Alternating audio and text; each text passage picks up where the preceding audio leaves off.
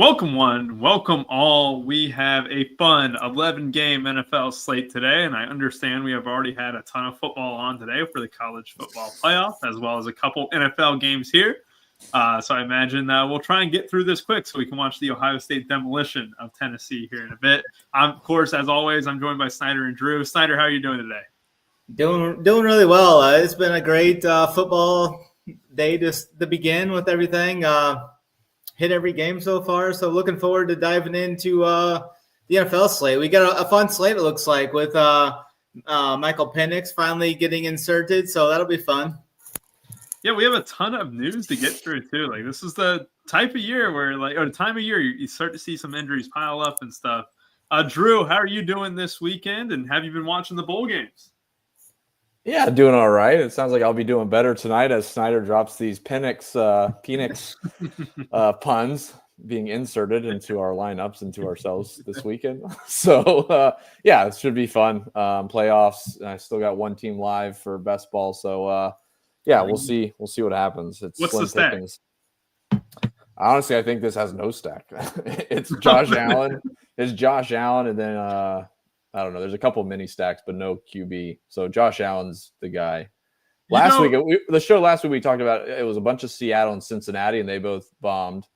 And Josh Allen came through. So yeah, we'll see what happens. If there was a quarterback you could have completely naked in best ball, it would be Josh Allen. Like that is 100%. Well, I got him with Shakir too, so it's not terrible. But okay. I will say, I don't know. Gosh, I need to go double check. Did Waddle's status change? He is doubtful. I think he's going to miss now. I figured he was going to miss. I needed him, so that's not great. So yeah, I feel that. I only have one team through as well, Drew, and my tight ends are all out except for Hayden Hurst, who got me 1.8 fantasy points. So that's great. Just quick, good evening, Andy. Good evening, Richie Smalls. Hope you guys are doing well. And yes, Schlong, 100K on FanDuel. That was a very good hit there. I mean, that was the type of lineup, too. You just look at it and you're like, man, it was kind of a gross slate after the Tank Dell injury, really. Like, I didn't have very much success, but I'm glad that Schlong was able to get it across the line. We have 11 games on this Sunday to talk about. Let's go ahead and dive into the content here. First game, as always, we're going to use SaberSim if you want to follow along. First game, though, is an NFC North rivalry. Detroit Lions and Chicago Bears, the last time these two faced off, Matt Eberflus got fired the very next day. Snyder, I'm going to start with you here. I look at the ownership, right? And we have big news, right? David Montgomery going to be out for the rest of the regular season at least. Jahmyr Gibbs is projecting as one of the most high-owned guys on the entire slate. Good chalk or bad chalk at 7,500? To me, it's good. I imagine you're going to say the same. What do you think? Yeah, I think it's pretty tough to fade Gibbs in this spot here. Even though they're outside of the dome here in this spot, I still think it's just a really good spot. I mean, they're a touchdown favorite here on the road. A fairly good total here in this game, too, at 48. So I think everything just kind of lines up for Gibbs to have a pretty good game here. I mean, I could see a lot of range of outcomes where he only scores like 25, though, and potentially doesn't find the optimal, because I think there's definitely 3 to 4 running backs that could hit that 30-point threshold this week. So I think he's a really great play. I don't think he's like a lock, but I think he's a really good play and a tough to fade on this slate. So I think Gibbs is a strong guy. Do we try and make Caleb Williams work is the thing I'm kind of going through. The last couple of weeks haven't been good for him, but we know he's got that upside to put up a nice game there with like a 25-point game like we've seen a couple of times. This Detroit Lions defense is kind of breaking down a little bit too. I think DJ Moore, Keenan Allen, DJ Moore is probably going to see the best targets and such like we've seen. He's been really consistent. 7+ targets in 5 straight games, 8 catches last week. Should get a lot of those easy targets like I was saying. And then Keenan Allen, 20+ DK points in 3 of the last 4 weeks. So I mean, those are the two that I would definitely look to double Caleb with, which is really pretty easily. I mean, all 3 of those guys are under 6K, so it really isn't going to take that much to get that double to go. Bring it back with Gibbs and Jameson Williams is still priced under 6K. Found the end zone last week, but he just hasn't had that big ceiling game we've seen a couple times earlier this year. But 5,500, as a pivot off of the Gibbs chalk, maybe. ASB is a little bit of a pivot as well. Both of those receivers are going to be really, really low owned compared to Gibbs. Gibbs will probably be like 40%. You could get both those pass catchers for like 5% owned potentially or something like that. But I think it's Gibbs. And then I'm gonna try and make a couple Caleb teams work this week with the double there. I think I'm gonna try and get that to go through. We'll see how that goes. Hopefully, I'm not regretting that again on Sunday. But Sam Laporta, fine if you want to go there. Nothing too huge for me though on this game though. I think Gibbs is a really good play. Tough to fade though. Yeah, I am with you, Snyder. I'm going to go over the last 3 games for you, Drew. All right, for the Lions defense. So last week, the Millie Maker winner, Sean Smith, our guy, Cake Boss, FTW, in the Discord there. He won with a double Lions stack, right? And they gave up 48 points. They scored 42 themselves. The week before, 34-31. And the week before that was against the Bears, 23-20. Drew, what Snyder said about a double stack here with the Bears is something I really like. And we have seen these Lions games, especially over the last 2 weeks specifically, absolutely nuke. Can we trust the Bears to get this done? Are you going to be double stacking some Caleb Williams this week? Well, you certainly can't trust them, but I think it's probably very viable for the upside. It's been painful to watch. It's been since Thanksgiving, basically. Every Chicago game is, you feel like they're in a really good spot. They even get down inside the 25 and then end up at the 45. Like, it's ridiculous. So I'm kind of with Snyder there. I won't have a ton of them, but I do like the double stack. It does make sense. And honestly, we talk about it on every show at RPS, is basically like kind of running it back with the flop lag. So I do like the idea of chasing the Chicago side. Jahmyr Gibbs is obviously, I wouldn't say he's good chalk. I mean, he's not going to be bad chalk, but there are a lot of running backs, not as highly projected as him, but a lot in that price range that are very viable pivots. So don't feel like you're definitely inclined to play, a $7,500 running back because there's no options. There are quite a few. You're just going to get a pretty big projection bump down, but they all have similar ceilings. So just keep that in mind. But outside of that, I don't have any like strong plays in this game. It's really just Gibbs as the main plug for most of my lineups. And then again, I'll kind of echo what you guys said. I do think the double stack makes some sense, especially with Chicago and secondary Detroit. Yeah, I think I will be dabbling a little bit of a double stack here, but not a ton, right? Like, obviously, you can't trust him, but I do think you have to acknowledge the upside. The Lions defense, super banged up. The Bears offense sucks, but at the same time, if there is a game to get it going, the Lions defense has proven to be a team that potentially has that happen to them. And they lose their workhorse running back as well. They lose some key pieces in the defense. Like these 60-point totals that they've had, these 90-point game they had last game, might not be that much of an anomaly as maybe you would expect, right? And I think there's a chance that the Bears could put up 3-4 touchdowns here. I'm going to be double stacking. I'm going to be running back with Gibbs. I want all the Lions game, right? Like I want these type of game environments. I know it's in Chicago. It's a little bit cold here as we get closer and closer to Christmas. But at the same time, I just think this defense will be exploitable here moving forward. And I will be very high on that game in general. Let's move on. Cardinals, Panthers. I'm actually kind of shocked to see the ownership here. James Conner projected for very, very chalk ownership at 7,100. Chuba Hubbard, 6,800, also projected for north of 20%. Then outside of those two guys, you got McBride, Thielen, and then David Moore projecting for a little bit of ownership. I feel like that might be a little high on Sabre. It could adjust 90 minutes before lock once inactives are out. But Drew, when I look at this game, right, we know how bad the Carolina defense is against the run. And you see the ownership of James Conner. And you saw what he did last week, 33 fantasy points. Are you going back to the well with James Conner here at this ownership? I kind of don't want to be honest. Been talking about him all year, not having a ceiling. He finally has a ceiling. And I'm very tempted to jump off this week. Like I said, there's plenty of running backs at this price point. Two of them are in this game. Chuba Hubbard and James Conner are both relatively, reasonably priced the same. Similar projections, similar ownership. Like I said, there's plenty of different running back options at that price point. So I'm going to probably side on the way out, and hopefully that was the ceiling game of his season, and I don't miss out on too much. But all in all, this game does look pretty appealing from a fantasy standpoint. Carolina side or Arizona side, I think makes a lot of sense. So Kyler Murray with Trey McBride, if you want to play James Conner in those stacks, I do think that's still viable. McBride's like a wide receiver too at this point. Like he is going to get a lot of volume. So I like that play.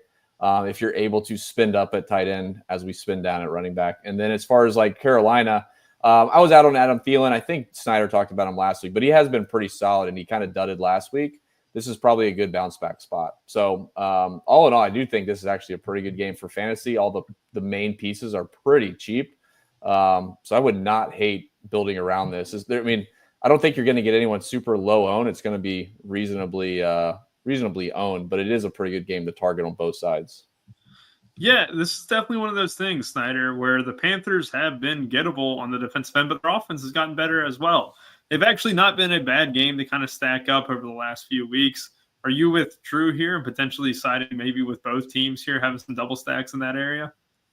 Yeah, I've just been generally kind of targeting Carolina this whole year on defensively wise. They've been really good at allowing fantasy points to running backs in pretty much every position. But they've been playing a little better recently. Connor had his fifth 100-yard game last week. Pass game usage has been keeping his floor up there. It just all depends on if he finds the end zone. Like last week, he found the end zone for 2 times, which he's been on the bad side of touchdown variance for the most part of the year, but finally got in the box twice last week. This is the nut matchup. He'll be lower owned than Gibbs for sure, probably around 20%, like you were saying. I think I side with Connor over Chuba, and I'd rather play Thielen as like a little bit of a pivot to Chuba. Arizona's been pretty good against the run this year. They've allowed a couple of big games, but the majority of the games against the position, they've been right around that 13 to 17 points per game allowed to the position. So I think I'll probably be off of Chuba in this game. Arizona's favored by 5 here on the road. So I'm going to target James Conner, and then I really like Trey McBride. I think you'll be able to pay up at tight end this week with some other values on the slate, like quarterback if you're going to play Penix and such. Trey McBride has just been so consistent, and he's yet to find the end zone this year. One of these games, he's going to find the end zone and then just go off for like 35 or something one of these games. I think that's just one of the spots that you can really differentiate yourself with at the tight end position and get such an advantage if he would happen to find one of those ceiling games. So I'm going to go with Trey McBride and our guy Marvin Harrison. His price just keeps falling. I think it might be time to maybe take another nibble. I played him a couple weeks ago. I didn't last week, but I played him 2 weeks ago against Seattle. It didn't really work out that well, but I think I'm going to try it this week. I think I'm going to play some Kyler this week as well. Maybe run like a Kyler, Trey McBride, and a Marvin double or something like that. But I'm higher on Arizona than Carolina this week. So I'm going to be pretty much under on Carolina besides Thielen. Thielen would be the guy I would run it back with if I run a stack or something. But I do think this is a really good spot for James Conner. So I'll be on him. And then a little bit of Trey McBride for sure in the tight end position.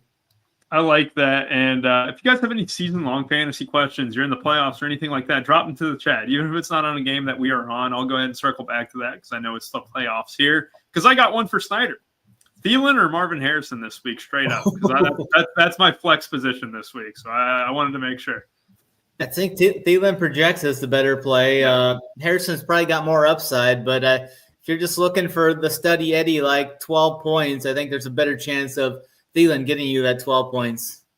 Yeah, I think I'm siding with Thielen too, and that is one of those things too, just from a DFS point of view. Like he is cheap at 5,600. He is definitely Bryce Young's favorite guy, right? Like at the end of the day, I know that there's at least going to be an effort from Bryce Young to get the ball to Thielen. You cannot say the same thing about Kyler Murray to Marvin Harrison. So like that was kind of my thinking there. But yeah, like I'm with you. Trey McBride is definitely like Kyler's favorite guy, right? And no matter how much they try and get Marvin Harrison involved, it just doesn't happen. It fizzles out. And that's the frustrating part with this Arizona team.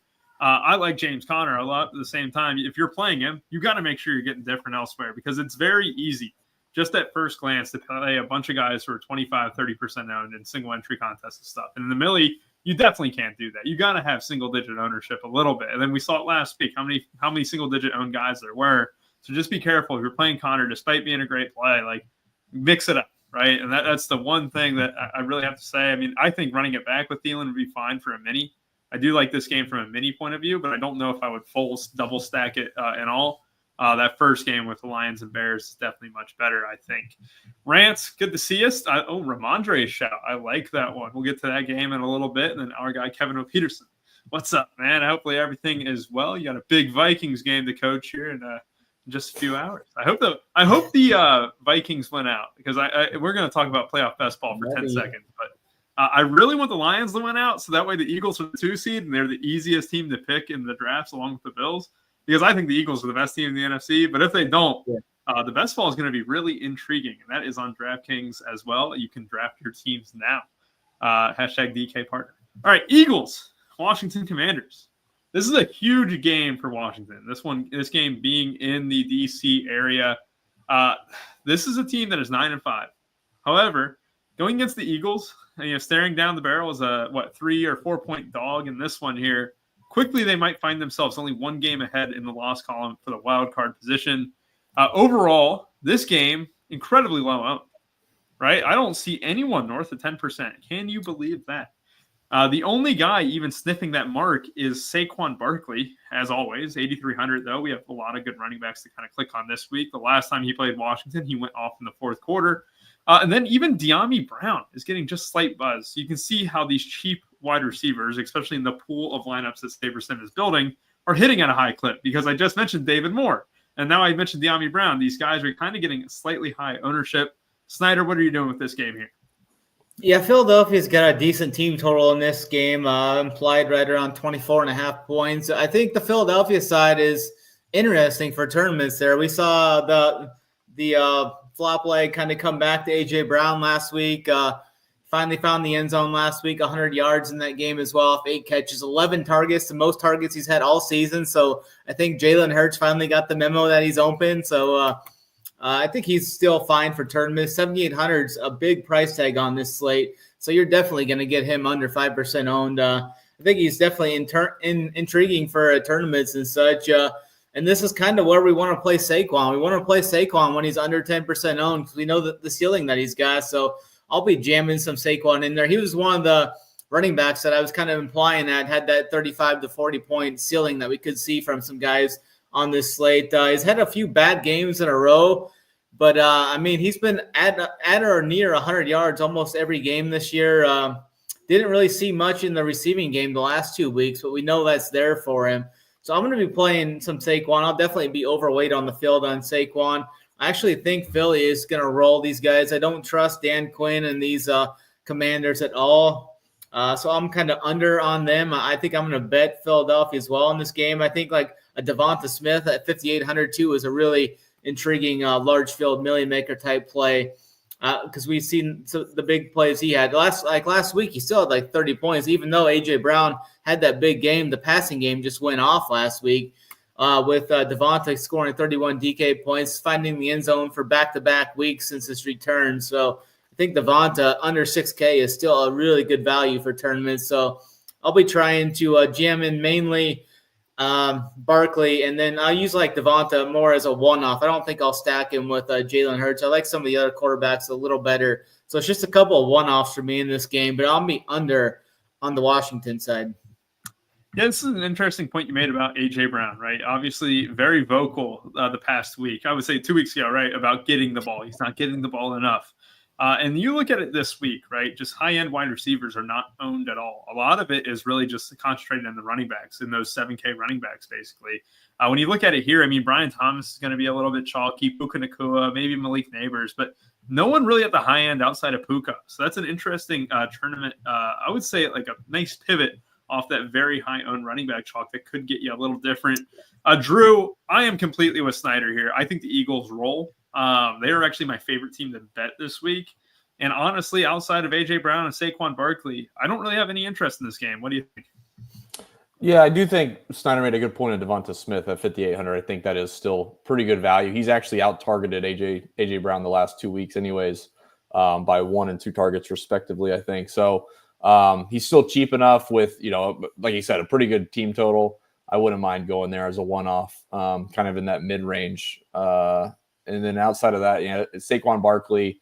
We'll see what we want to do with De'Ami Brown. I mean, I think that if we're all getting it, a lot more people will start getting him, and I assume that ownership goes up, and he's probably not as good of a play as he is at 8% at the moment. So outside of that, though, I don't have a ton of love for this game in general.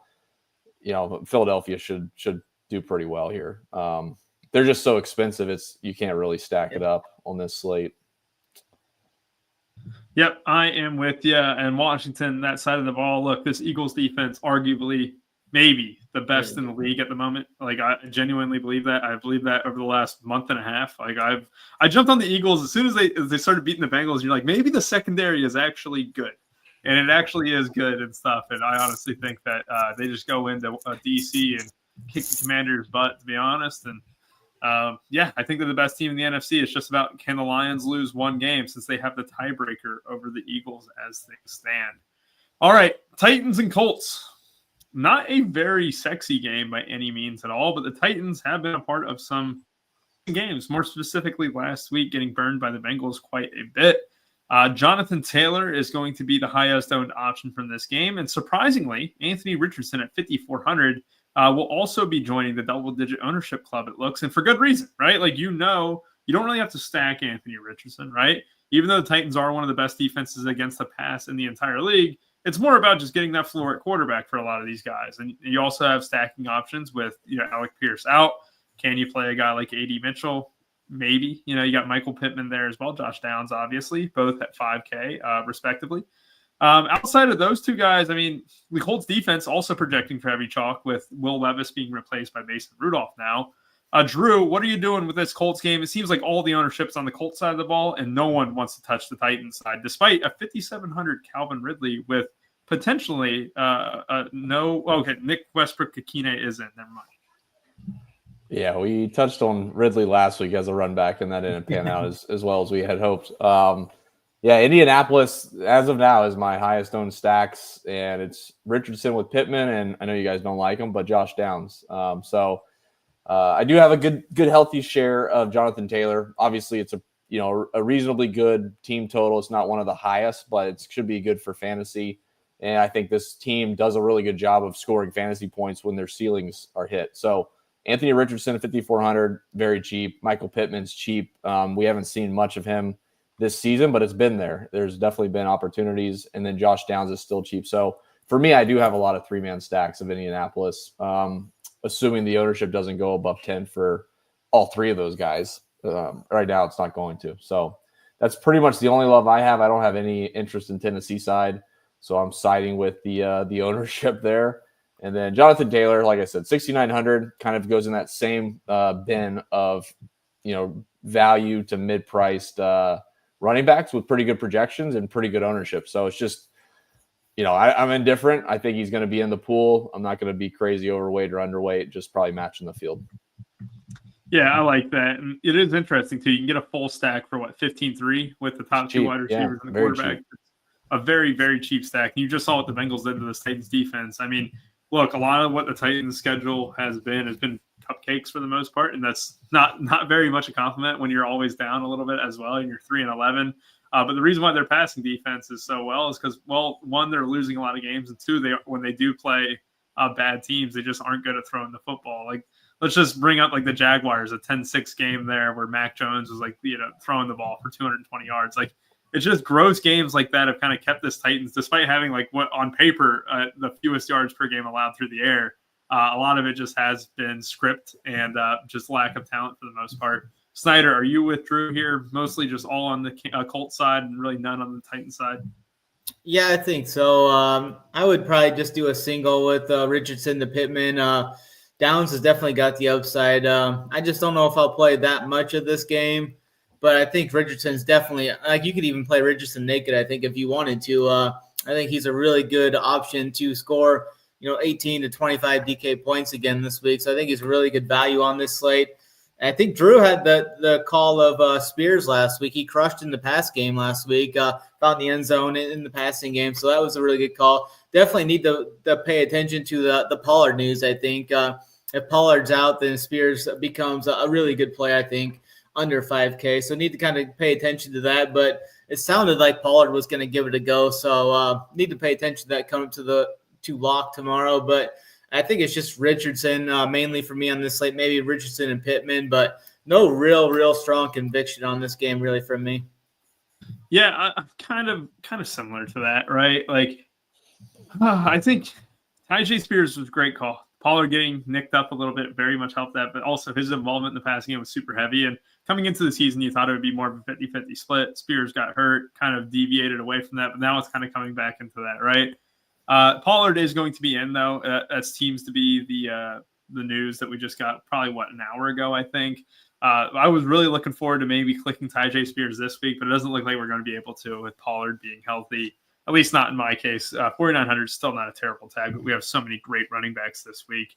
Yeah, I mean, I don't really think I need to add too much else. I mean, the Colts defense is good. I mean, this Titans offense was a mess last week with or without Levis.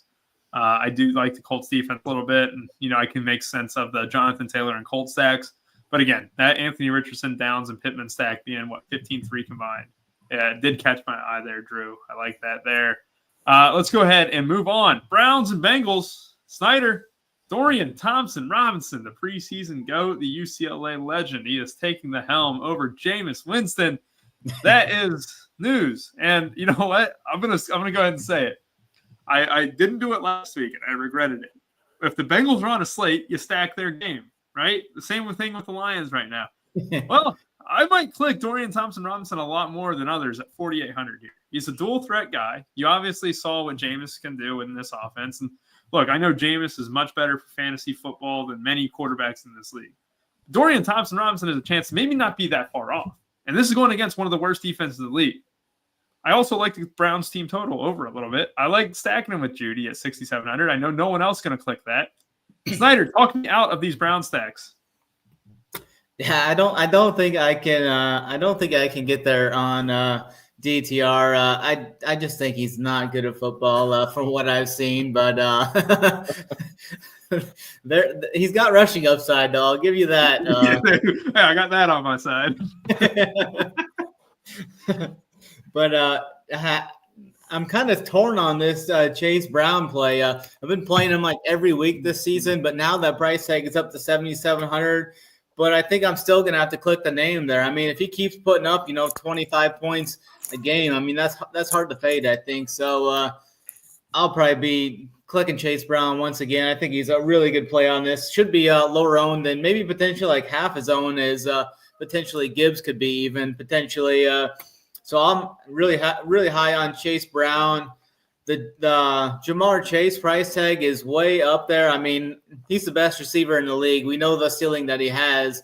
But if he puts up one of those 18-point games or 20-point games, that's not going to get it done for you. You need that 35, 40-point game like we've seen.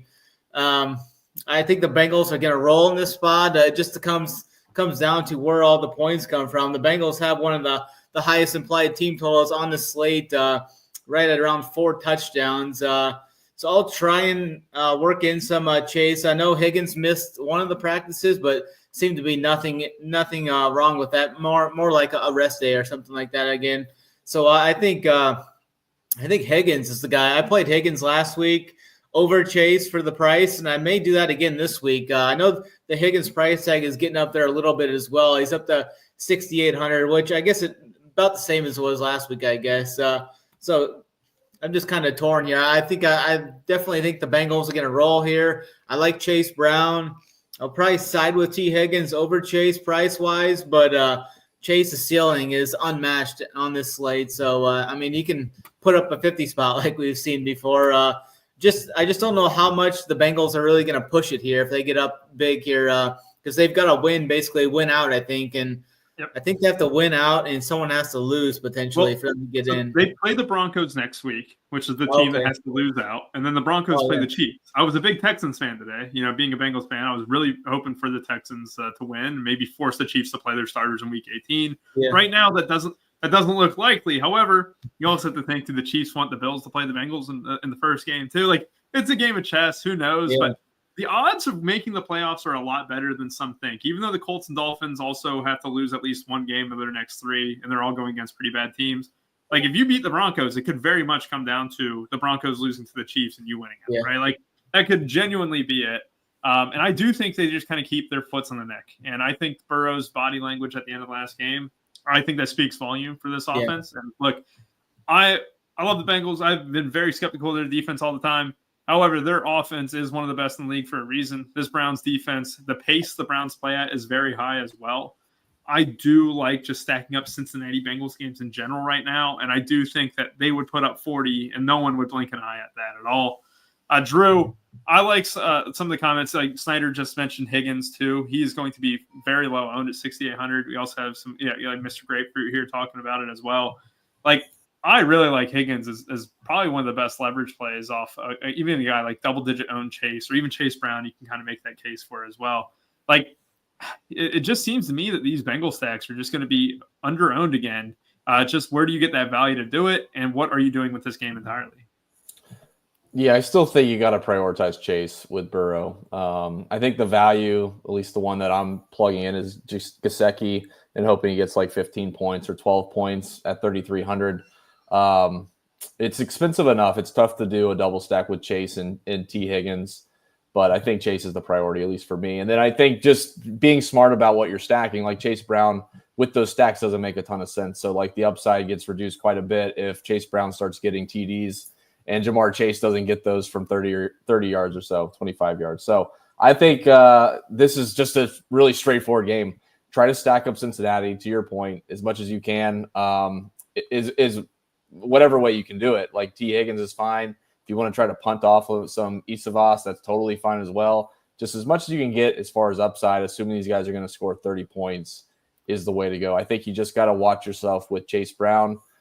Again, he's expensive. Ownership's going to be high, and he's in a game where he might not get the touchdowns, and he doesn't hit his ceiling or even his median projection. So that's pretty much it for me. I don't have any interest in DTR. It's going to be super cold. I think 28 degrees or so. Not sure that plays in too much for him. I think he played at UCLA. But, again, I think Cincinnati, 30 points is probably the way you just, don't galaxy brain yourself. The Florida and you just came out there. Super cold. 28 degrees. How much of a cold Florida statement is that? It was 60 degrees here, and it was pretty cold. That's not that bad, Drew. Like, come on, 28. I know. Get us I'm down joking. to the teens there, maybe. This is a good comment, too. I really like this one from Andrew B. Chase is a legitimate threat for the Triple Crown in the receiving race. You saw it kind of against the Cowboys, where Higgins was kind of forgotten about in that game, and Chase just got peppered and peppered and peppered. I don't hate that call at all. I don't mind banking to some narratives like late in the season like that. And you know what? Chase is the best there is this season at the receiver position. And I do think the Triple Crown does mean a lot to him personally because he hasn't signed that extension yet. And he is super pissed off about that. And he's going to want to use that at the negotiating table. Like personally, like I said, I love this game. I love all the Bengals. I will sprinkle in some Brown stacks because I can just see it already. Dorian Thompson-Robinson's got, 200 passing yards. You're like, how did he do that? And then you realize he's going against Geno Stone and a corpse of a defensive line. And sure enough, this game was all of a sudden 35-31. You're like, how did the Browns do that? The key is the Bengals defense sucks. All right, Giants, Falcons here. So the big news here, I got to start with Snyder here. So what are you doing with the Michael Penix? With him starting for Kirk Cousins, are you going to be jamming him in tonight or tomorrow? I think he's actually gonna. I think they're gonna give him a lot more than people think. This is the perfect spot to fully insert him in this game against the Giants defense here. But I think this is like a cupcake matchup, big home favorite here. We've never seen like a rookie come in and be like an over a touchdown favorite in a spot like this. The Giants have given up on this slate, and the Falcons are still alive in the playoffs. Like if the Falcons do want to try and make a run, they're gonna have to get Michael some looks in the passing game, try and get him comfortable, get him rolling. So I think him and Drake London are definitely. I think Drake London's a great option. I've seen some like practice footage where he's targeting London and some such. Maybe hopefully they've got some chemistry there. I think Drake London and just so it's like it was like that play when Rattler played. Everybody's playing Rattler. I think Michael Penix is 3 times as good as the Rattler play was, and people were jamming that, and it doesn't look like he's going to get overly owned. I think he's going to see some. He's showing up in some of like the cash optimals and such, but I'd be surprised if he hit like 20%. But yeah, I mean, it's a rookie quarterback first start. It's at least at home in a good controlled environment against a really bad team that's basically punted on the season, I think. So I'm gonna be overweight on Penix in this spot, stacking him up with Drake London. I think you could even stack him up with Bijan too. I think he's cheap enough where both of those guys can get there. I think we should see a really good role for Bijan here as well. 8,100. He's been really consistent the last few weeks. He's getting 20-plus carries. I expect him to see at least 20 carries in this game once again. Probably gets you the 100 yards. And if he finds the end zone a couple times, and Penix actually targeted the running back a little bit back in college with Dylan Johnson there at Washington. And he's not like your typical rookie either. He's actually I think he's like 27 or 28 years old, like super old for his age coming into the NFL like this. So I'm high on Penix. I think you can play Pitts as well. 4K. Maybe he'll actually target him unlike Kirk Cousins was down the stretch there. Kirk Cousins was just having trouble getting the ball to anybody down the stretch there, unless it was the opposing team there. But I'm high on this the Falcons guys. You can run it back with Neighbors if you want, 6,100. He's been getting double-digit targets basically every week, so they're not dying on him. Had 10 catches for the Ravens last week, but yeah, I'm pretty high on the Atlanta side in this game. Yeah, I look at this situation for Penix, right? This is a unique situation where you're, like you said, near a double-digit underdog, right? Or they might be even 10-point underdogs now at the moment. This is just incredible stuff for a rookie quarterback to come into with great weapons all around him. You see it with Drake London at 6,400, who was constantly peppered by Kirk Cousins, but ultimately couldn't do it. I don't know, Drew. Like, I look at this game. I look at the price of Penix. The ownership's not bad. I jammed in Rattler the week he was 4K. This isn't very far off that. Talk me off, getting overweight on Penix today in the millie. Well, I mean, the team total is pretty respectable. 26-point team total. They're very cheap. I honestly do like stacking it up, and I actually like a run back in this spot. So Penix with Drake London and Darnell Mooney, and also take Penix with Drake London and Malik Neighbors on the run back. So, again, it's just like hoping for a shootout, and that's really it. I mean, the cheapness, honestly, you probably could argue that even if he was $1,000 more expensive, kind of priced in the lower other QB range, he's still viable with the weapons that he has with that team total. It wouldn't even be a question. So it's just about the uncertainty of his first start. I don't think it's going to be a problem. Again, I don't want to go crazy overweight, but I do think it's very viable at the price to make it work. I think the big sticking point is when Bijan Robinson runs in too, and everyone didn't stack with Bijan and left him out. So that's the only real concern that I have. I'm going to play a little bit of Bijan too, but I really do like, I wouldn't say I really do like him. I do like him for fantasy. I think Penix with Drake London and Malik Neighbors on a run back actually makes a lot of sense. Malik Neighbors might not even be necessary. That could just be, Millie Maker talk, but it does make a lot of sense intuitively with a 27-point team total or so that Penix is very cheap. Drake London's still reasonably cheap, and Darnell Mooney pretty cheap. Yeah, I like the point you made there. And I do like this comment from Kenny because, look, Penix is a good play, right? At the end of the day, he's a good play at 4,500, but we're talking about trying to win a millie, right? What way does Penix not get there? Well, hell, what if the coaching staff just decided to rely on Bijan and Algier, right? There's a chance that happens. And, look, if you feel any conviction on that, you can go ahead and get different. Look, Dorian Thompson-Robinson is going to be 1/15th, 1/16th of the ownership, right? There's paths where you can still get very similar builds to what the field was kind of doing, but still getting very different around that same structure, right? If you're trying to spend up for 3 running backs, you're going to have that option where you don't have to go Penix, but you could go DTR. Anthony Richardson is going to be a little bit chalk, but he's within 900 of him. I do like the double stack affordability, what we were just talking about with Colts, 15-3 for those 3 guys, right? You look at it here with Penix, London, and Mooney, you're not getting too far fetched out there. What is that? 17K for a team with a 26-point total? That's fine. And that's good. And there is a chance that Penix sitting on the bench for 15 weeks as ultimately kind of just comes in without an issue. But if you did have any conviction on that, like, look, Bijan, 8,100, great idea to play him. Tyler Algier, 5,500, a little bit steep, probably not my go-to on a slate like this with 11 games on it. I did like him in the 2-gamer that we had on Monday, but like, I think that there is paths where you don't have to genuinely have to play Penix, but I do think in like single entries and cash games and stuff, it's going to be very tough to avoid him. But again, we're talking about the Millie. Let's go ahead and one last mention. I'm on Neighbors a ton with you guys, 6,100. I think the target share is just too elite. He would be my favorite run back, but also I like him as just a standalone option. I don't really respect this Falcons defense at all. All right, Rams and Jets. Drew, we used to avoid the Jets defense like the plague. That has been completely dismissed here over the last 2-3 months even. Puka Nacua, 8K, projected as one of the highest owned receivers, just the price-wise, right? Like at 8K, he is projected for near 20% ownership.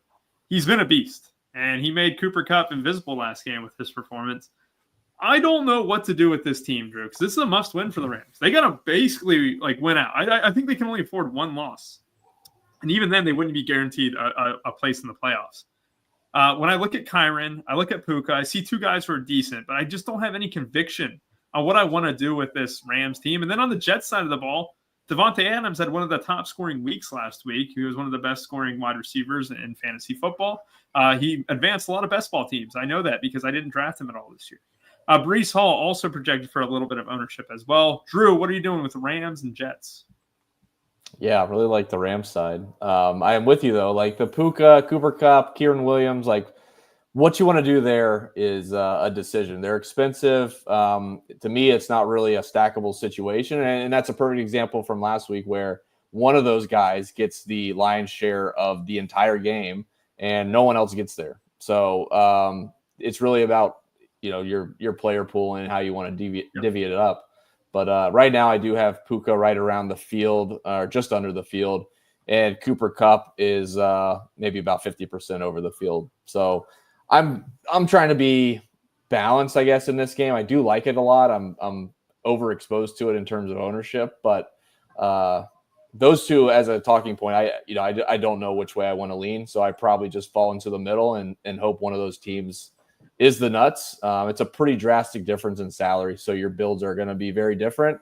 That's the other intriguing part for me, at least, is that I can build, completely separate rosters or roster sets with Cooper or with Puka. As far as the Jets go, or like this game in general, the Jets play extremely fast. Man, their upside is huge. I finally jumped off them last week, and that was a mistake. I think I played them for like 4 or 5 straight weeks, like very heavy, unfortunately, across all sites. And that didn't work out. Devontae Adams would be okay. Garrett Wilson wouldn't get a target until the second half. Made no sense. It looked good last week. So I do like this game quite a bit. And looking good doesn't mean, like 50% exposure or something like that to stacks. But definitely look to this game for a lot of upside. I think there should be fireworks. You don't even have to stack it both ways, but I don't hate that either. I do like this spot quite a bit on both sides. And I think the Jets is easy to stack up. That's not even a talking point. Like, it's going to Devontae Adams, Garrett Wilson's, okay. It's really just the Rams and what you can afford with each of those lineups. Yeah, don't let that Rams 49ers Thursday night game that we had a week ago kind of fool you on what that offense and defense can provide, right? That defense is not that good. I don't know how they held the 49ers for so long. But this is a Jets team, Snyder. The last 5 weeks, here's what they've given up points-wise. 31 to the Cardinals, 28 to the Colts, 26 to the Seahawks, 32 to the Dolphins, and 25 to the Mac Jones-led Jaguars. Are you with Jaguars? I don't know how to pronounce that animal. Are you with Drew here and stacking up this Jets game? Because, look, Jets defense, especially over the last 5 weeks, is not the same Jets defense that everyone would have thought coming into this year. Yeah, I think I'm right there. I think I would lean towards Stafford more than Rodgers in this spot. There was some bad weather last week, but, Puka still had a really good game for the circumstances in that game. He still almost went for like 20 in that game. I think Puka is the guy I'll keep rolling with. I've just been playing him. Just another one of those guys that I've been over the field weight on pretty much every week the last 4 or 5 weeks. I think he's going to have a big game here as well. This Jets defense does not scare me, as you just alluded to what they've given up points-wise recently. So I think we could see some back and forth here. I think it's going to be kind of tough to fit Puka and Devonta, which should keep that pairing pretty low owned, I think. So I'm going to be playing that stack with Stafford, bringing the quarterback side there. Yeah, I'm seeing Devonta under 10%, which is nice. Puka's definitely going to see some ownership. So, yeah, that's fine. I think I definitely lean more. I just don't think Cooper Kupp has looked that good this year. I mean, we've seen him have a couple of good games, but I mean, like last week, no catches. He had 5 catches, 3 catches a couple weeks before. He needs kind of a big play to kind of make it work, where the offense just seems to flow through Puka. I mean, he's out there. He catches anything that's even remotely close to him. So Puka's the guy I lean towards there. I don't think I'm going to go to Wilson. He's definitely fine if you want to double Rodgers the other way or something like that. So it's mainly just Stafford, Puka with Devonta coming back for me here. There is a couple of cheap tight ends in this game too if you want to kind of punt down there under 3K with Conklin, who's been – he was out last week, but he had 5 targets the last 2 games before that. So he's a guy that could get you like 6 or 7 points. And if he finds the end zone, he gets 12 or 13. And then Colby Parkinson, if you want to go there for another cheapie there, has been really underwhelming. But he did have 5 targets last game in that terrible weather game. But pretty much just the Stafford, Puka, Devonta for me in this spot here. Potentially maybe a sprinkle of Conklin. Yep. Should be noted, Higbee might be back. We don't know, but I mentioned he'd be on a very severe snap count. But I was looking at these cheap tight ends for the most part, because I was more specifically looking at if Higbee's props were posted, which I didn't find any. That was just about almost a day ago. So I don't think they know if he's going to play or not. That is the last 1 p.m. game that we have. And you're right. The offense runs through Puka. At the end of the day, Kupp needs a big play, and he's been capable of them. Don't get me wrong. But this is going to be kind of interesting to see how they kind of shape up. Quinton Williams, a game time decision with our guy Kevin O. Peterson mentioning it right here too. That is a big deal for that Jets defense as well. Over the previous week, Sauce Gardner has also missed out. Let's see if he is going to be playing here. So Sauce Gardner is in for this week, so that's going to be a little bit of an improvement for the Jets here, but still, that defense has not been the same at all. They've actually been just very bad lately. All right, let's go ahead and move on to one of the most intriguing games of the slate. And the reason why this is so intriguing is because of the implications it has on the playoff race. Vikings obviously trying to vie for the NFC North title and potentially the number 1 seed. That looks like a little bit of a long shot because I don't think they hold the tiebreak straight up over the Eagles. And the Seahawks battling for their playoff lives as well. They are in the midst of an NFC West title battle as well. The Vikings defense has been one of the worst in the league against the pass and one of the best in the league against the run. Now, I have a fun question for you, Snyder. This one's from a good friend of mine, right? He asked, and this is a good one, DK Metcalf or Patrick Taylor Jr.? And I'm going to lead off with that just because I want to get your vibe on DK Metcalf. Man, I mean, you hear the quotes from the coach there about not getting him the ball enough. I'm kind of lost on DK. If I don't really have a big thought on him, I mean, the talent's definitely there. We just haven't seen it at all this year, aside from like the first couple of weeks. I could definitely see the squeaky wheel of DK getting on board here, but I don't know if I'm going to be able to click that button.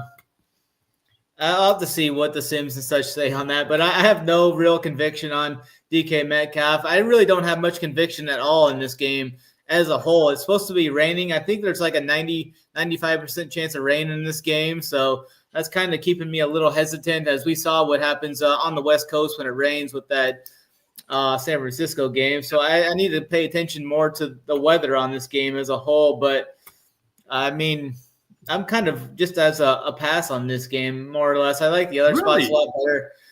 What's that? I'm shocked. I thought you'd be on the DK Metcalf wagon with me, with Jackson. We got a low total in this game.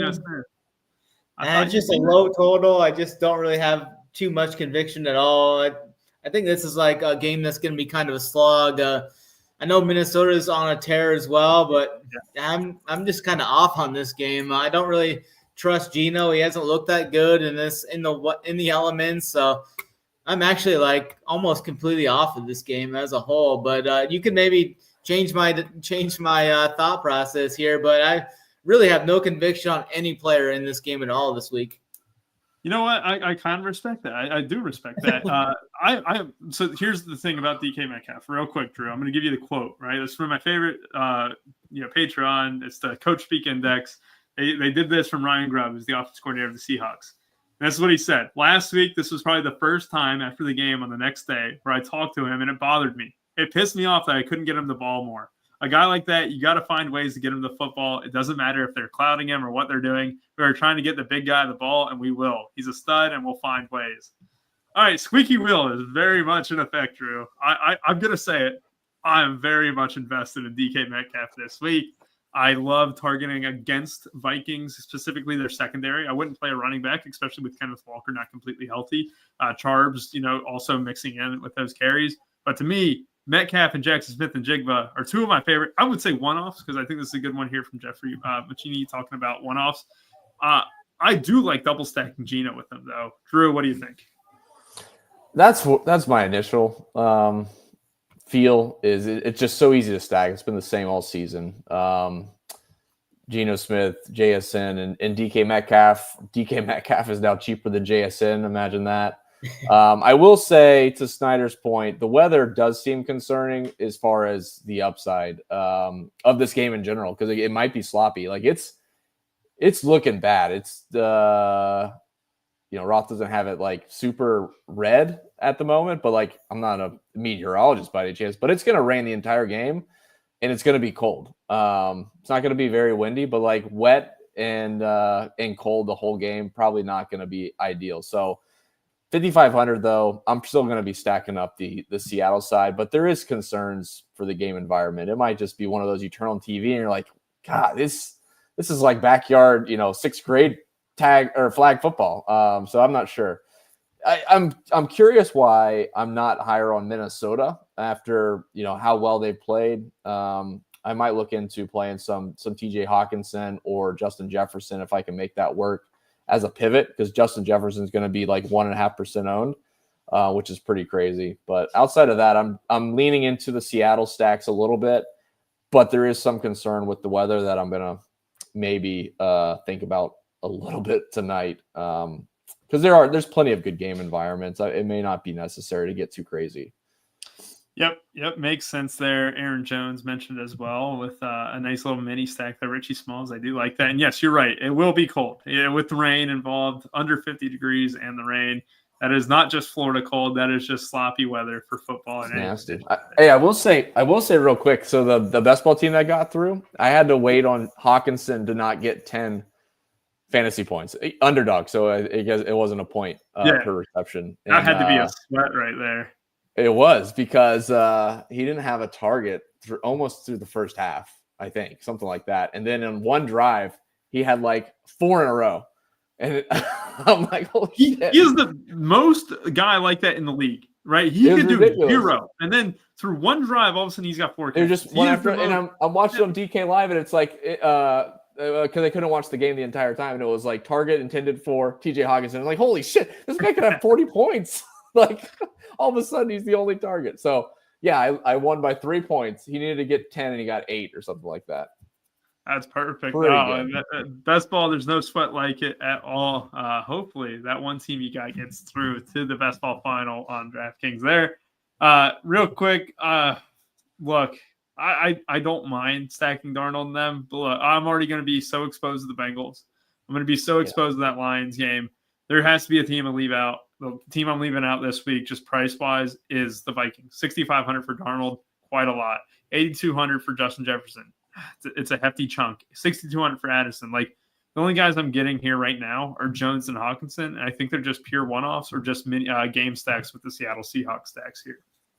All right, let's go to the best tight end in fantasy football, Brenton Strange, and he'll also play some guy named Brock Bowers. Brenton Strange last week in the Millie Maker winner lineup. The thing with him, his price has also not really gone up that much, and he's only 3,500. He is projected to be extremely chalk, over 30% ownership here as well. Mac Jones loved himself some Strange last week. He also had Brian Thomas, who absolutely nuked as well. I will say, as gross as this game looked on paper, I do like the mini stacks a little bit, right? Like I don't mind playing a Jacoby Myers or Brock Bowers with Strange or Thomas. Like I don't mind taking 2 pass catchers. They don't, not from the same team unless I'm stacking them, but like one on each side. That was in the winner last week. That was what I know Sean Smith did. Like if you just want to look at examples on these milli makers, these mini game stacks, as long as they have high usage guys like this, it's possible. Drew, what are you doing with the Jags and Raiders? Yeah, it'll just be some of those. I don't have a ton of love for this game. Honestly, my highest exposed defense right now is the Raiders against Jacksonville. So we'll see how that pans out. But yeah, I think Brock Bowers is a good spend up at tight end, obviously. Britton Strange is a little bit too chalky. I did the same thing last week. I looked for some other options. I forget who I played at Cleveland who got who started in place of Atkins. Yeah, I thought that might have been a good pivot. And he was like 6% or 4% or something.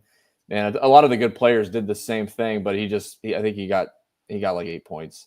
But yeah, I probably can't do the 30% Britton Strange for me tomorrow. But all in all, like this game, I'm not super high on. This is one of those that I'm high on the defenses. I do have some Brock Bowers in some of the spend up lineups, and that's really it.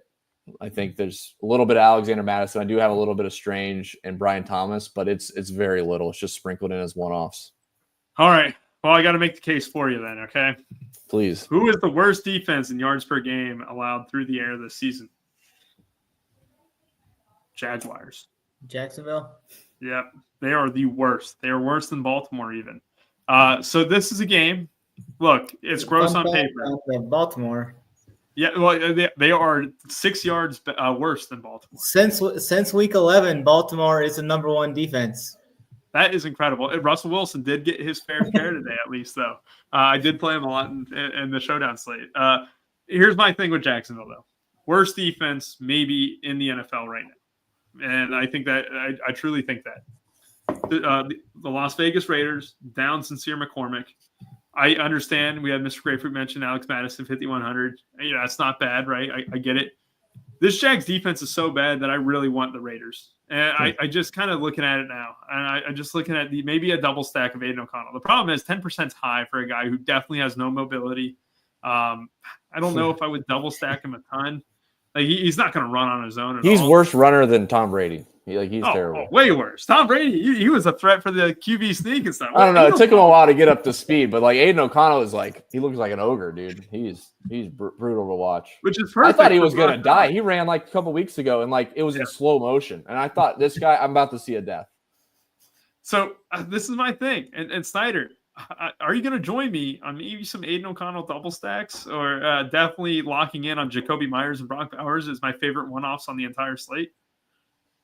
Yeah, potentially. I mean, we saw Aiden O'Connell pass against the Chiefs, I guess, decently, but I'll maybe have a little bit. I do like Jacoby Myers. I like some secondary correlations in this game. Like I think Brian Thomas is a really good play. I think Jacoby Myers for mid-range plays are really good options. I've been playing Brian Thomas the last couple of weeks. Hasn't hurt me yet. Last week was a big week. He found the end zone twice and hit the 100-yard bonus on 10 catches. He's got 36 targets the last 3 games, Thomas does. So I'm just going to keep riding that type of volume that he's getting there. So I think he's still a really good play at 6,300. I basically locked Strange on every team last week. I went double cheap tight end basically everywhere last week. I don't think Strange is going to get you 18 again this week, but I think he's liable to get you like 10 maybe again. But the ownership is definitely there this week. 3,500 is still pretty cheap. I'll probably be around the field on him, though. If not, maybe slightly above. I still think he's a fine play. Brock Bowers is right there. I think I just prefer, 1v1, I prefer Trey McBride to Brock Bowers now. But I know this is a really good spot for him. I just like the safety with Trey McBride's been given. I know Brock Bowers has that 30-point upside we've seen a couple of times this year, but he's also got the floor as well of getting you 8 points. So if it was a 1v1 there, I would go Trey McBride over Brock Bowers, but definitely this is a really good spot. I could see this game kind of shooting out inside of a dome.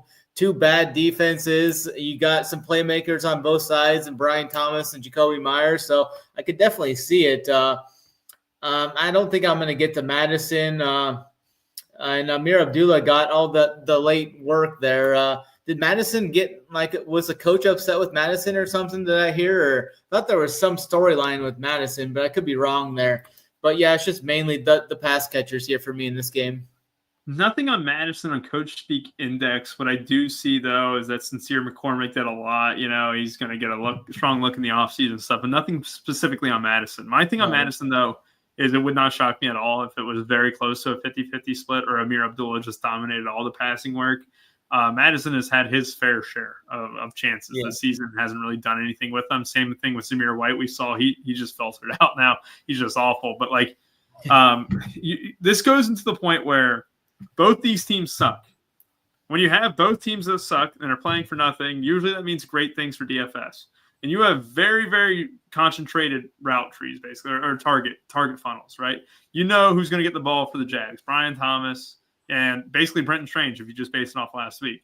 You know who's going to get the looks on Las Vegas. Bauer and Myers. I really like this call here, Kevin. Like when you mentioned Trey Tucker, I played him a lot last week in the 2-gamer. I wish it worked out a little bit better, but you're right. Like this Jags defense can get beat down the field there. It is one of those things that I will be higher on this game than most. And yes, we have a good PPR question here. I like this one. If you're in the playoffs, feel free to throw it in here. We got about 10 minutes left of the show. He needs one flex, okay? Hawkinson, Metcalf, Kendra Miller, who is going to be a Monday night game. And, Kendra Miller, Metcalf, or Hawkinson.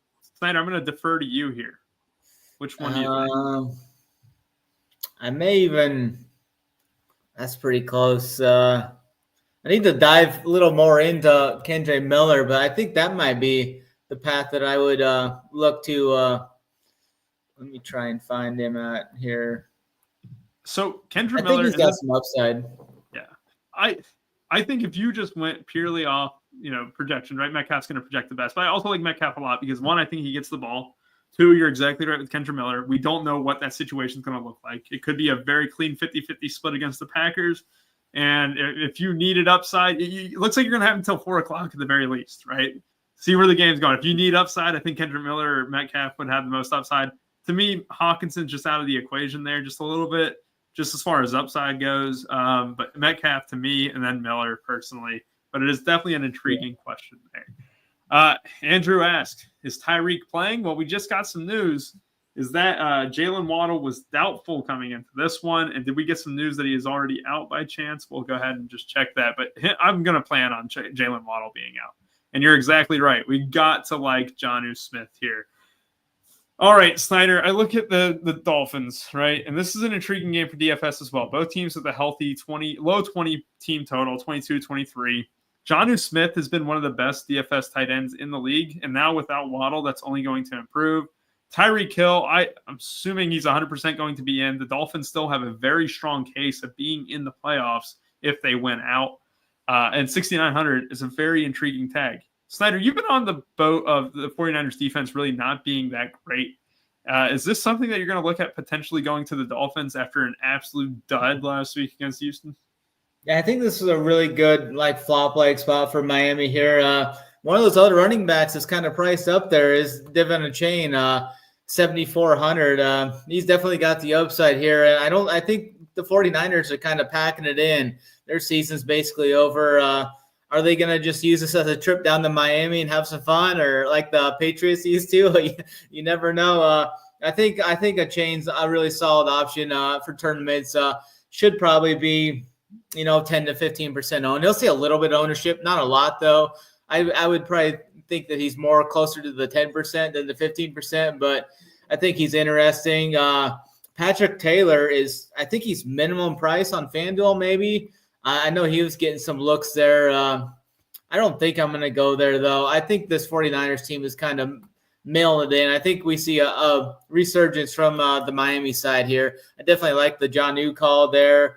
Tyreek's always got upside. Tyreek's been tweeting out again saying he needs the ball also, kind of pulling an A.J. Brown there. Definitely a good spot to see him. I was 2 weeks ago against the Jets. He had 100 yards and a touchdown. I think that's fully on the table here. 6,900, still under 7K. Great upside. I think this is a spot where Miami kind of rolls in this spot. So I think like Tyreek. I don't know if I'll play Tua and maybe just some one-offs of like a chain and Tyreek. But Tua there for a while. I was talking him up last week. He hurt my feelings last week. I had those 4 straight games where he was 23 plus points DK. So yeah, I think I may just talk myself back into going to Tua because I played him last week. He hurt my feelings. So why not double down and go right back to Tua at home in a good spot against a team that I think has quit. So I think I just talked myself into firing up some Tua doubles with Tyreek and Jonnu Smith. Can I interest you in some Malik Washington, Snyder? 6 targets last week, 5 catches, 52 yards. No Jalen Waddle. Should be the clear wide receiver number 2. Also, Odell Beckham, obviously not with the team anymore as well. It's just, who's going to be on the field for them at this point. Malik Washington is going to be one of those guys. So I like it. Easy to sell. Drew, all right, I'm going to give you the Patrick Taylor preface, okay? Because I like Patrick Taylor a lot. And I do think the ownership on him is a little bit misleading. I do think he'll end up being well owned. Isaac Guerrero is going to miss out for this one, right? The 49ers like to play one running back. And that is clear. Guerrero was banged up coming into last week, and he got almost every single touch there until the fourth quarter where I think Patrick Taylor had 1 carry. I think Patrick Taylor plays the whole game for the 49ers. I think at 5,200, he's one of the best plays on the slate. What do you think? I'm not sure that they trust him on that type of workload this soon. That's my take. Yeah, they're pretty deep down their depth chart at the moment. This late in the season, I think they're going to rely on some other targets. It's just not going to be the same carryover. Guerrero did great for hopping in, yes, a couple weeks ago, and he crushed. Honestly, I just don't know if Patrick Taylor is going to do the same, or they're going to even rely on him the same. So, yeah, I'm going to sit one out. I think if he was cheaper, it'd be more enticing. But at that price, I'm going to have to sit it out. But is that because running back is so good though? In that that's sense, part of it. That's honestly, yes, that's part of it. Because I need a ceiling. One of these guys is going to have a ceiling. They're in such a good spot. Yeah, you're going to need 25 points, and I just don't know if he's going to be the guy. Huge. Yeah. So it's just really you would really have to focus in on it. Yeah, go ahead. I'm going to push back. 5,200 for arguably one of the best roles, and I know you're exactly right, Snyder, what you were saying. They could just pack it in, right? For one of the best roles in the NFL, though, right? Isaac Guerrero at 5,200 would be a lock at this button, right? Like he would be like one of your favorite plays going into this. And the fact that his name is Patrick Taylor is not going to say, what if I told you, are you going to trust Izzy Abanikanda? I know it was great Pitt, but he has not played any meaningful snaps at all. Patrick Taylor is someone who I just think Kyle Shanahan loves. Like I genuinely think he's been in the league for a few years and stuff. Comes in and he had some carries. Like I think he's already played like quite a bit already this season when they've had injuries. So look at this. Like 2 weeks ago, 7 carries, right? Like and a touchdown. I'm gonna go ahead and just gamble here, right? I love gambling. That's what we do for even though it's a game of skill. Patrick Taylor, I would bet 15 to 18 touches minimum tomorrow. I'll go ahead and just do a hard stand on 16 touches minimum. Does that change your perspective? And if he is under 10% owned, is that worth it at that point? I still think you're facing the same type of ceiling that Guerrero would have had, and I'm not sure you would be thinking the same thing anyways. That's my take. Fair enough. If he was Patrick Taylor Sr., maybe, but the junior really throws it off. If he gets 12, I don't think it's it's good enough. Do you? Fair enough. 12? I don't think so. I think if he runs 16 times for 60 yards and a touchdown, I don't think. Dude, I don't think he could get 18, and I don't think that's enough tomorrow. I'm shocked by it. I respect that though. I do respect it. I just don't. I think honestly, you could swap his name with Guerrero, and honestly, you'd be thinking, what's the ceiling gonna be? Yeah. Even at the same price. Honestly, just because he's coming in a little bit cheaper, I don't think you're gonna see. Like take the names out of it. I just think you could argue that the ceiling's not going to be there. It would be just as questionable as the ceiling. I just don't think you're going to come into the smash spot, with the huge total. it's just going to be a workhorse. We know what they're going to do. I don't think that's going to be the case. So fair enough. I like it. We'll Go ahead see. and talk about the rest of the game.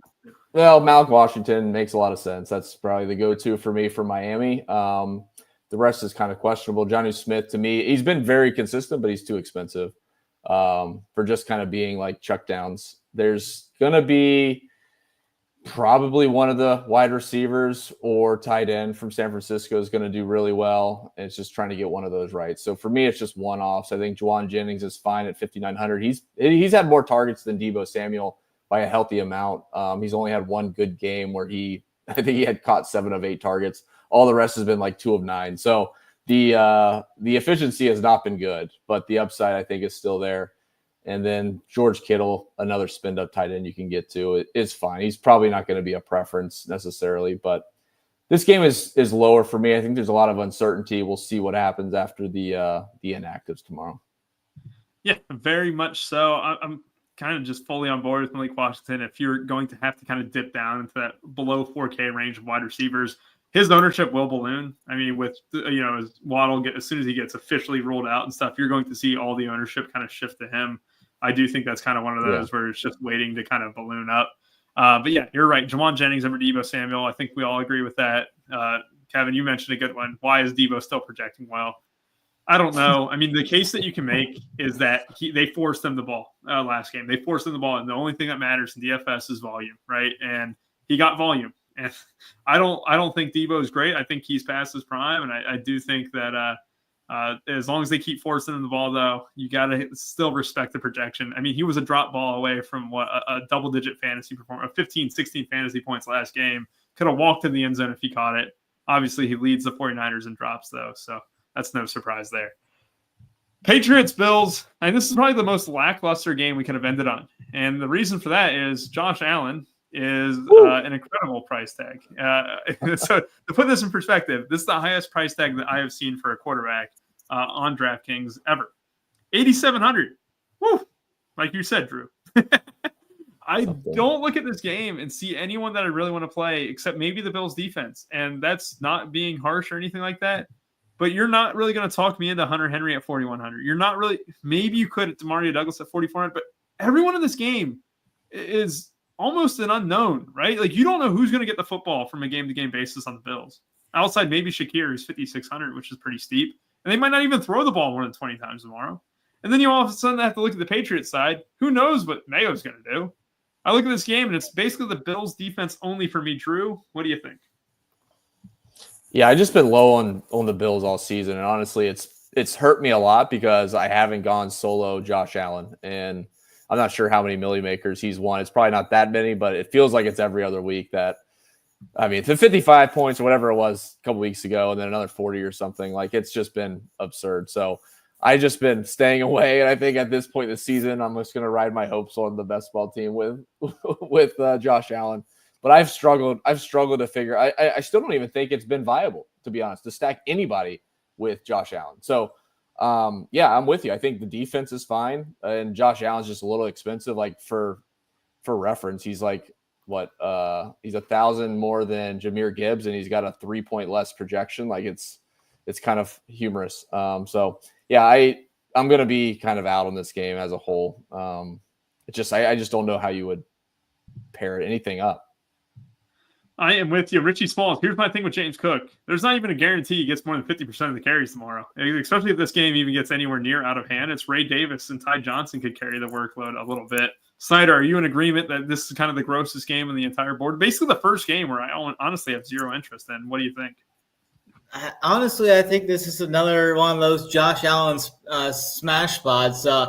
Lamar kind of closed the gap a little bit. I think this is the Josh Allen smash spot, closes the MVP up for good in this game. I think we see Josh Allen put up another big game again this week. I could see multiple rushing touchdowns again. He's had multiple rushing touchdowns in 2 straight games. He's had 5 touchdowns passing in the last 2 games as well. I think this is a spot where we see Josh Allen put up minimum 35 DK points in this spot. Potentially it could be in that 40 to 50 point range again. This is just a really good smash spot against a really bad Patriots defense at home. 14-point favorites. Josh Allen wants the MVP. He wants to close it right here. I think he's got the opportunity to seal it in this game with a good matchup here. So I'm going to be playing some Josh Allen naked. I don't know who to pair him up with. I tried to pair him up last week with Amari Cooper, and Amari Cooper was out there running wind sprints if he was even on the field. I don't even know if he was, but I think naked Josh Allen is the play in this game. The sneaky play I do like from the Patriots side is Austin Hooper at 3.1. I think many people are gonna kind of go to Hunter Henry, but Hooper has been the guy under the radar that's been actually pretty good. I mean, he's had at least 3 catches in the last 4 games, 7 points, 14.2, 15.9, 7.5, 9.4. Should be trailing. I think this is a spot where Hooper could put up 12 to 15 points, very low owned, like 1% owned, under the radar. So Austin Hooper is like my million maker dart throw play this week. So I like Hooper at 3,100 at the tight end position, but I think we see another smash spot from Josh Allen again this week. So I'll be playing some Josh Allen at 8,700. I played him last week at 85. It did go up a little bit this week, but I'll keep playing a little bit of Josh Allen though, just for the upside. Yeah, that's something that I'm just like trying to get to and stuff. It kind of takes like a Patrick Taylor to do that, for what it's worth. A 5,200 running back, it fits your bill. I can sell you a nice used Patrick Taylor Jr. Or a Malik All right, Washington. so let's go ahead and get our Million Maker plays of the day. So they have to be under 10%. That's why I'm not making it 8% anymore. We're going to go 10% to allow some margin for error. Drew, it's been a minute since you talked, right? Like I was hoping that maybe I didn't have to say it. You were already digging for your Million Maker play of the day, but even then, I'm going to go ahead and stall. RPS 15, 15% off your first purchase here at Run Pure Sports. Get a subscription here and have some fun with us here as well. All right, that's enough stalling.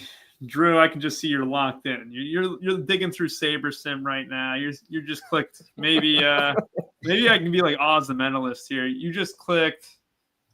I got sidetracked, to be honest. You can try the Oz. You can try the Oz the Mentalist. I know you just clicked the filter on the Colts, right? And you were just double checking if Josh Downs and Michael Pittman were below that 10% mark. Am I right?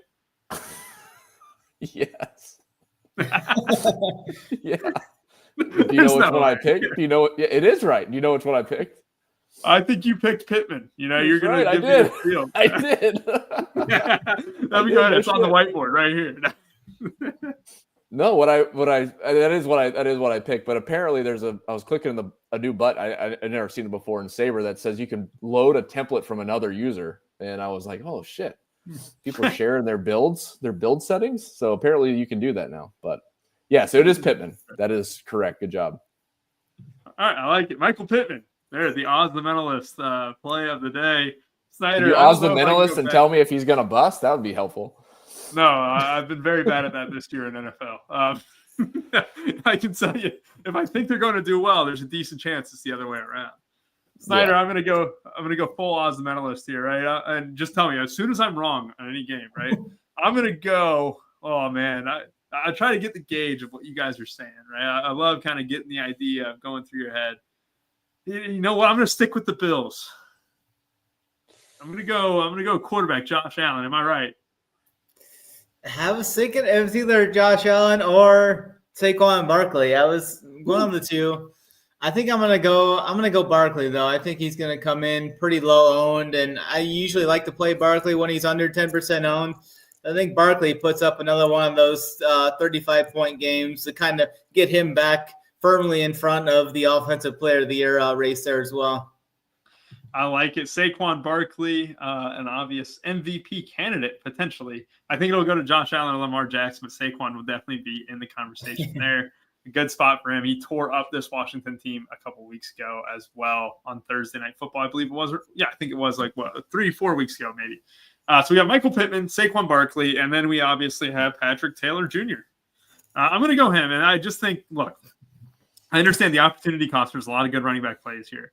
But if you're potentially telling me, and I don't know how certain that'll be 90 minutes before lock, but like he's under 8% on an offense that's with a guarantee, or not, with a good team total, I should say, where I believe he's guaranteed the full workload. I genuinely believe Patrick Taylor might touch the rock 20 times tomorrow. And I just wonder why the ownership is so low. And maybe it's me being an idiot. That's usually the case. But Patrick Taylor Jr. is my guy. So Patrick Taylor, Saquon Barkley, and then we have Michael Pittman Jr. below. So we got 2 juniors in there. Can you believe that? For Snyder, for Drew, and for I, we bid y'all adieu and hope you have a great rest of your day. And we probably won't be back for Christmas. So Merry Christmas to y'all as well, and have a good one. Bye-bye.